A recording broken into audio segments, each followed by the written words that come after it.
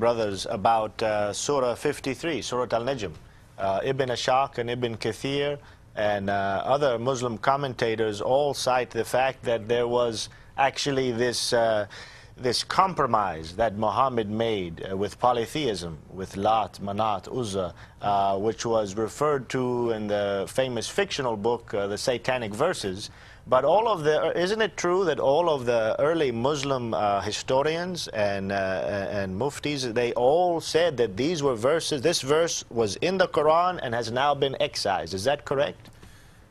Absolutely. And I actually had a debate on this topic in London on whether Muhammad delivered the Satanic Verses. And I have 37 Muslim sources reporting that Muhammad delivered the Satanic Verses. When we go back to, when we trace the references back, we find that multiple people in the 1st century of Islam reported this story. And how we know that it happened is, it's called the principle of embarrassment in history.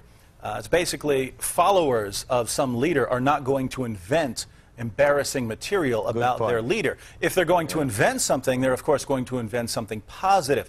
Miracle stories, for instance. So when we find virtually all of our ancient evidence, our earliest evidence, telling us that Muhammad delivered verses to his followers, that he bowed down in honor of these verses, that his followers bowed down with him, and that he came back later and said, those verses which I delivered to you, they didn't come from God. Satan tricked me. Satan tricked me into reciting that you could also pray to Al-lat, Uzza and Manat, these 3 pagan goddesses. When Muhammad's followers report that he delivered these verses to them and that he took them back as references from Satan, we know this is not something that any Muslim would make up.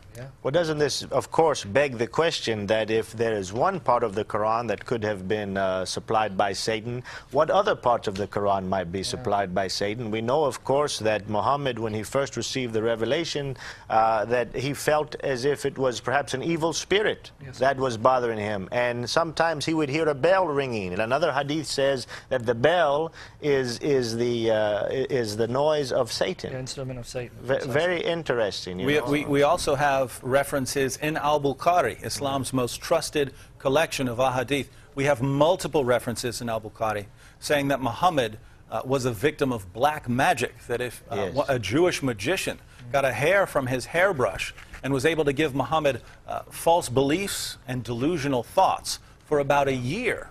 Now this is God's greatest prophet and messenger according to Islam. And according to Islam's most trusted collection of ahadith, this great man was a victim of black magic. And this is important because this is a spiritual attack.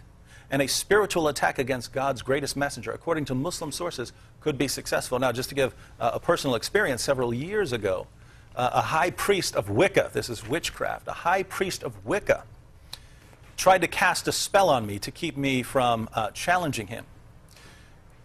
That man died within months. Now, did God kill him? I don't know. I don't know. I have no idea. But I know this: the spell he tried to cast against me did not work. Why? Because he who is in me is greater than he who is in the world. Hallelujah. And the point is, who am I? I'm just a Christian. It makes no sense to me to say that God would protect a Christian from protection, but not protect his greatest prophet from spiritual attack, if Islam is the truth. Would you like to say more on this topic, Nabil?